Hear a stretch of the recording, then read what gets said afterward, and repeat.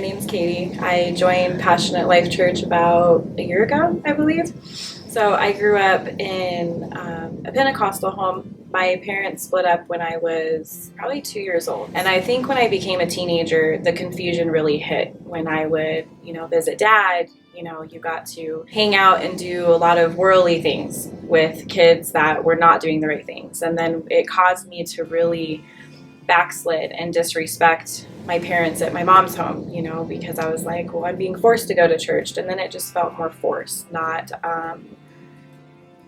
real. Because the church that I grew up in, it was always about you're going to hell for everything. It wasn't about having the true relationship with God. But I knew that things were missing because I knew better. I knew right from wrong. And then when I turned 18, I had met my husband. I think that once I got pregnant with my oldest, Riley, is when I realized how much I really missed that relationship with God, because I realized, man, I need to raise my son to know him, And, it is rough because, I'm married to somebody that I cannot get to come to church. I'm hoping that with me finally finding God and getting baptized again and getting born again, that I can be that light for him, because if anybody can heal anybody, it's going to be God.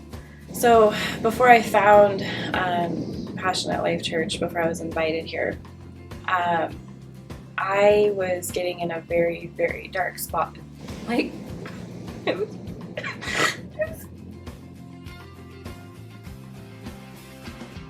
I started feeling like I was just not a good enough mom, not good at my job, and just you just start belittling yourself horribly. It was weird because slowly when Eric and Ariel and I have been friends since high school. Her and Eric found PLC, and then I started noticing changes in that their marriage was getting stronger, and all of a sudden she was like, I'm going to pray with you about this. You prayed for your family, you prayed for this, and I wanted what they had. I envied how strong their marriage was getting and how much they loved each other. And it's crazy because once you start to open that door again for God, you realize that He really never left you. When you think that He did, you left Him. And He's so merciful that, He reminds you that He's there in the craziest ways. I remember my pastor once said, when I was a kid, he would say, sin only lasts a season. And that is so true. You can only enjoy the world for so long, and then you realize there's a void in your heart. I thought that you had to be perfect to get baptized, to be able to serve God.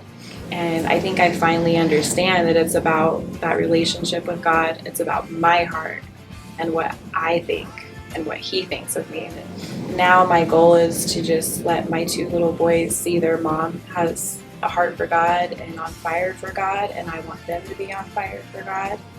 And as long as I do that, I know that eventually we can get Dad to come, and and he can be the leader of the home.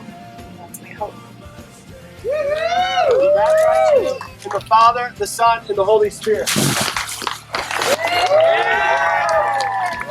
I'm Riley, and I'm 7 years old. Well, what made me getting baptized was because I was on the tablet too much, and I realized that if I get off the baptized, I can be more with God instead of the tablet. Well, because Jesus made the whole world, and He died for us, so that's my gift. Being baptized made me feel like I was being very happy, and it made me feel more excited to do stuff. And I like it here because we can have fun, and I learned a bunch. We baptize you in the Father, the Son, and the Holy Spirit.